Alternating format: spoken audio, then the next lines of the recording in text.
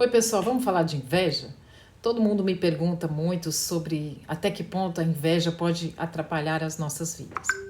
Infelizmente, a inveja nos acompanha desde a fundação do mundo.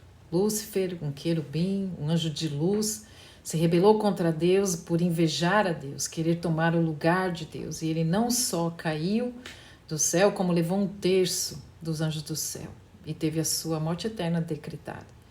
E ele tornou-se inimigo de Deus, portanto, inimigo dos filhos de Deus, e passou a nos perseguir.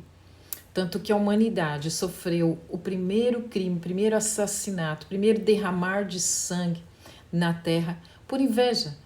Caim matou Abel. Abel era um homem reto, era um homem que desejava intimidade com Deus e Deus se agradou do sacrifício dele. E isso trouxe uma grande inveja de Caim, do relacionamento de Abel com Deus. E assim foi também na vida de José. Jacó amava esse filho. Jacó fez uma túnica para José. E os irmãos então invejaram o amor que Jacó tinha por esse filho. Lançaram numa cova, depois ele foi vendido ao Egito, foi trabalhar na casa de Potifar, a sua mulher tentou seduzi-lo, ele acabou fugindo e ele foi preso e passou 13 anos na prisão. E veja o que diz em Gênesis 39, 21, 23 sobre a vida de José, um homem reto, um homem que tinha intimidade com Deus e fidelidade a Deus. O Senhor, porém, estava com José e estendeu sobre ele a sua benignidade e deu-lhe graça aos olhos do carcereiro mor. E o carcereiro mor entregou na mão de José todos os presos que estavam na prisão. E ele ordenava tudo o que se fazia ali. E o carcereiro mor não teve cuidado de nenhuma coisa que estava na mão dele. Portanto, o Senhor estava com ele e tudo o que fazia, o Senhor o prosperava. Então veja, apesar da inveja, apesar de tanto ódio que esses irmãos tiveram sobre ele, a benignidade de Deus estava com José, porque José era um homem íntegro, um homem que tinha intimidade com Deus, um homem que tinha fidelidade a Deus. Ele tinha fé, ele seguia os princípios de Deus. E o Senhor então deu graça aos olhos do carcereiro, então tudo que José fazia, ele prosperava. Portanto, os planos do Senhor, os propósitos de Deus na vida de José se cumpriram apesar da inveja, apesar das adversidades que foram causadas a José. O Senhor o prosperou.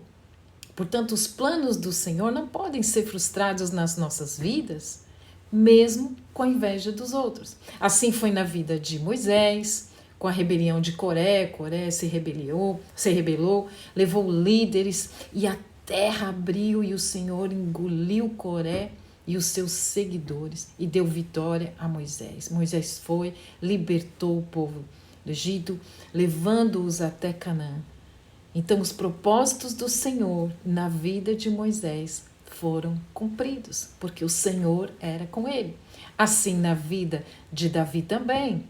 Davi sofria com a inveja de Saul, perseguição de Saul, mas apesar disso, todas as coisas cooperaram para o bem de Davi, porque mesmo todas essas adversidades que ele passou com a perseguição de Saul, trouxeram grande maturidade, força, sabedoria a Davi para reinar Israel.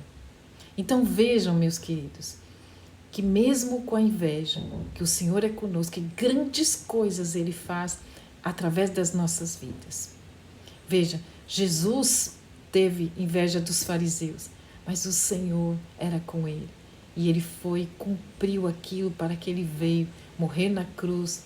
E depois Deus o ressuscitou para que nós tivéssemos vida e vida eterna com ele.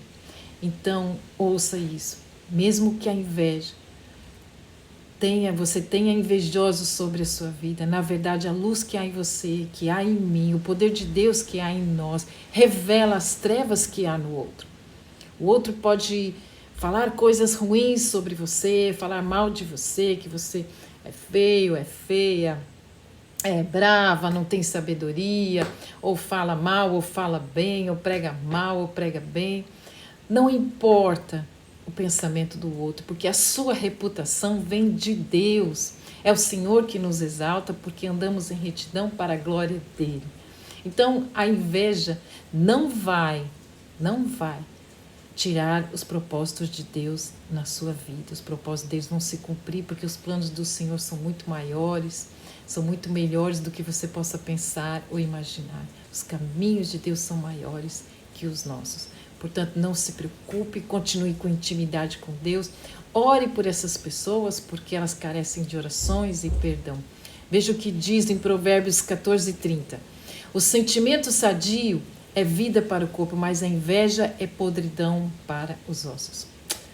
Dura coisa isso, hein? Portanto, mantenha o seu coração também, a sua mente alimentada com bons pensamentos, alimentada da palavra de Deus, para que na sua vida também não se encontre nenhum pontinho de inveja. E na verdade as pessoas têm você como referência, as pessoas têm você como um exemplo de intimidade com Deus. Portanto, prossiga, não tema, siga o seu caminho forte, enfrente os seus problemas de frente, porque o Senhor é contigo, a graça de Deus é contigo. Deus abençoe, vamos para frente. Tchau.